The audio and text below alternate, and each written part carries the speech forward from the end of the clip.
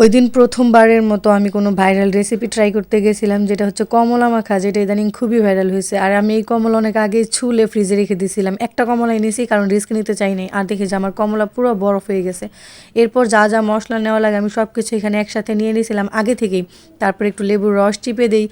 অনেকগুলো ভিডিও দেখছিলাম, অনেকে দেখলাম যে ভিনেগার দিছে, অনেকে দেখছি মধু দিছে, কিন্তু আমার কাছে ভিনেগার মধু কিছুই ছিল না, তাই জন্য আমি চিনি দিয়েছিলাম আর দিয়েছিলাম এক্সট্রা করে সরিষার তেল। এই ভিডিওটা আমি আমার বোনের বাসায় গিয়ে করছিলাম, আমার ভাগ্নি আমাকে হেল্প করছে ভিডিওটা করতে। এরপর এখানে আমি সব কিছু মিক্স করে এবার কমলাগুলো দিছি। কমলাগুলো পুরা শক্ত হয়ে আছে কারণ এগুলো একদম বরফ হয়ে গেছিলো। তারপর আমি যখন মাখাচ্ছিলাম তখন আমার হুট করে মনে পড়ে যে এটাকে একটু ঝাঁকাই কিছুক্ষণ, কারণ ভাইরাল ভিডিওগুলোতে আমি দেখছিলাম যে এইভাবে ঝাঁকাইতে। এরপর আমিও ঝাঁকানোর পর here is my final look.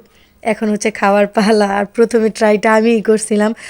খেয়ে তো দেখি শেষ। আমার তো এক্সপ্রেশন দেখেই হয়তো আপনারা বুঝতে পারছেন, যেই পরিমাণে টক সেই পরিমাণে ঝাল আর ওই রকম মিষ্টি, মানে এটা একটা অন্যরকম মিশ্র স্বাদের ছিল।